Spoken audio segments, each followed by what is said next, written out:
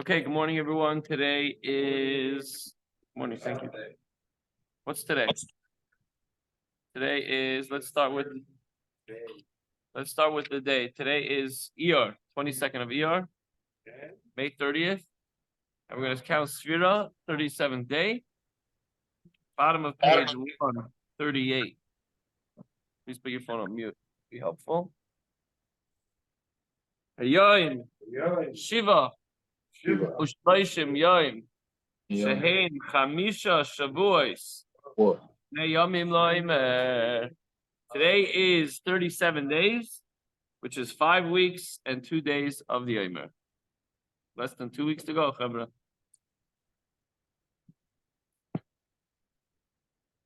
Previously in Tanya, we're on page 75. Charlie, you with us? Previously, we discussed various levels of love of Hashem.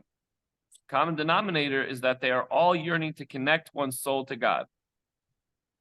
Now, the higher level of love is the desire to be absolutely consumed by the intensity of that burning fire within, to the point of ecstasy and expiration of oneself. The result, ironically, is the reverse, a return to earth to actualize God's oneness in the world. Why? How? Because we realize when we recognize, right, when we want to get close to God to the point that we don't want to be anything part of the physical world, and we want to just return our souls and become united with Hashem, then the realization that Hashem created the whole world just for us to do a mitzvah kicks in, and then we want to get back and do our job. In today's lesson, through contemplating how the entire world is insignificant relative to Hashem, this arouses a person with a fiery and intense love towards Hashem, where he just wants to behold God's greatness. It's to push off all the physical world, which we did talk about at the end of chapter 49. We begin Parak Nun, chapter 50. All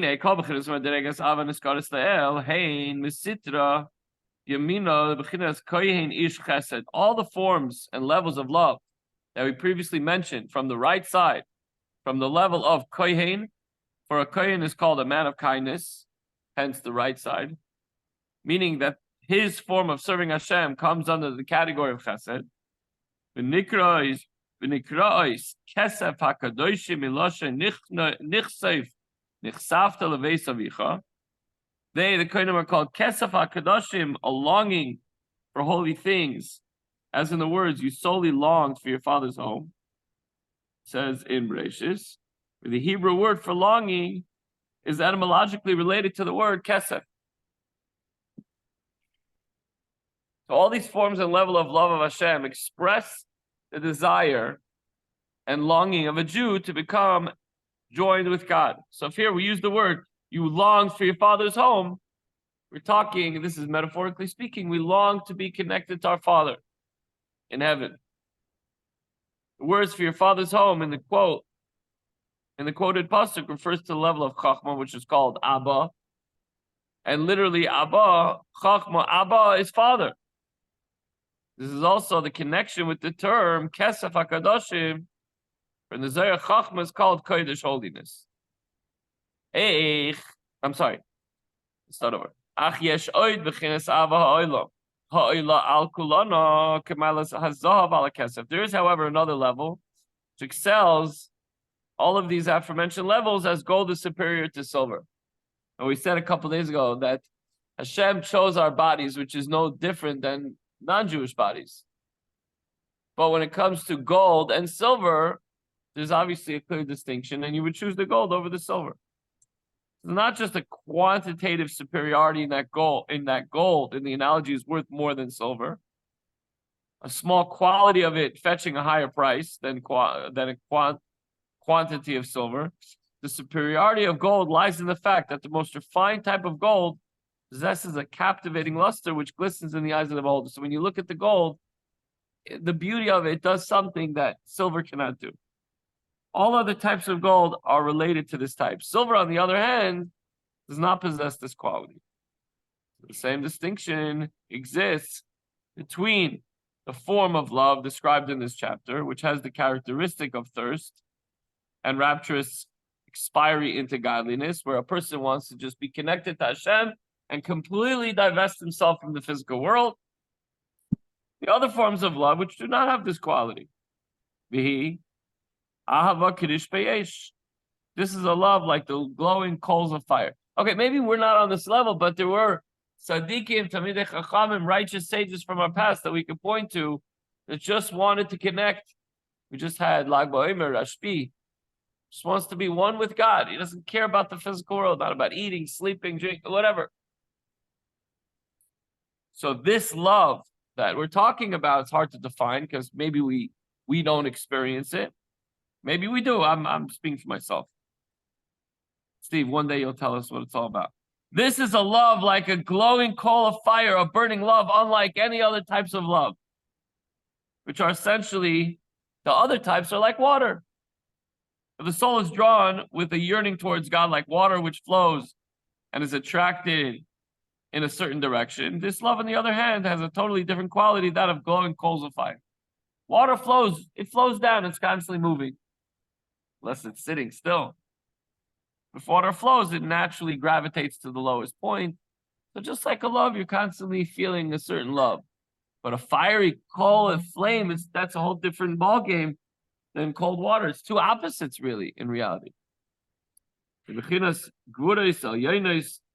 bina ilah, this derives from the higher level, the level of the higher gvuris of the higher bina. Again, lofty levels. In other words, the source of this love is from the level of gvura and bina. And how do we get to this level of love like a fiery coal burning? It comes about through meditation on the greatness of Hashem, before whom all is considered an absolute nothingness. Excuse me.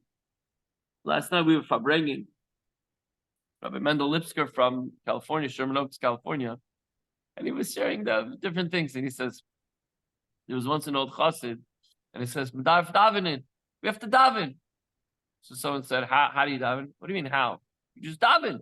You daven the right way. So they were waiting for so how do you do that? He goes, what do you mean? You just do it. You just do it. What do you mean?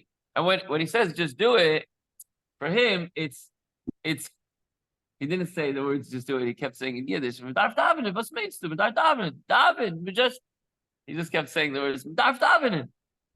Or you think you have to stand a certain way, sit a certain, you have to put your hand over your eyes and connect to Hashem. So how do you get to reach this love? Through meditation on the greatness of the Divine One. The best time to do it is during davening. Right? Try to do it when you're driving in the car, or when you're sitting at work, or you're in court, or you're trying to fix your sink, or you bring your car to the mechanic. That's not a great time. I mean, you could try. Holy, righteous people, they're always focused on Hashem. And that's good. But during davening, you think of the greatness of Hashem, before whom all is considered absolute nothingness.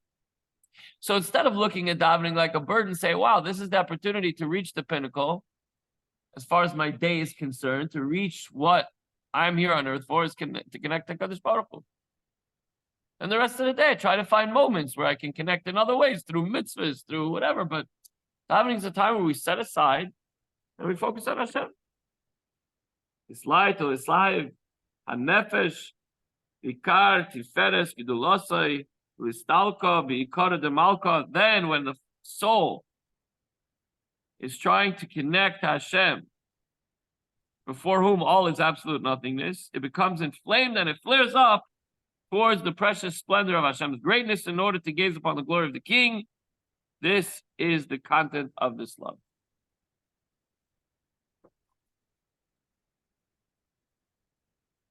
Okay, we're going to stop here. It's quite long today. Let's do the takeaway for today. Takeaway on page 79. Like the ebb and flow of a soul stirring melody, a niggin. When you sing a niggin, there's usually there's a high part and there's a low part. So the low part, it's still a sweet song, but the high part, you feel a little bit more uplifted. At least when you sing a niggin, sing a niggin by farbrengen. There's There's always a higher part, almost every niggun has. So we have the yearning followed by satisfaction. You could develop a fiery flame of love for Hashem. There's a low part where we think about the greatness of God and what He did for us and how He gives us air to breathe and food to eat and our families and our friends and everything else. And then there's the part where I don't care about any of that.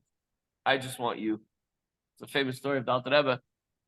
He says, Gan Eden. Everybody talks about, if you do this, if you're righteous, then when you pass, you'll be in Gan Eden, the Garden of Eden, paradise, wonderful. Gan Eden. I just want you. I don't need all the rewards that you promised me. So here, when you put your mind to it and you go through these ebbs and flows, you will wish to leave your physical trappings and expire into the oneness of God. That's why we fabrate, right? A davening can take you to a certain level, but a niggin may be able to take you to an even deeper level. And when you think about God and you want to just connect to God to the deep in the deepest possible way, it comes through contemplating how the world and you are inconsequential in comparison to God. Now we'll get to how we have our job to do, and that's how we come back down. That's what I was mentioning in the outset. Because if we just stopped here, everybody would say, "Okay, so we don't really need to be here, and we shouldn't be here, whether it's physically or mentally or emotionally. We want to just connect to HaKadosh Baruch Hu." So we'll get to the next part, how we need to be here, and we have a mission to fulfill. But right now, we're up to the point of pushing aside all of our personal desires, all the physical pleasures, anything worldly, anything at all. Just close our eyes. Shema Yisrael, Hashem Elokeinu, Hashem Echad. Have a good day, everyone.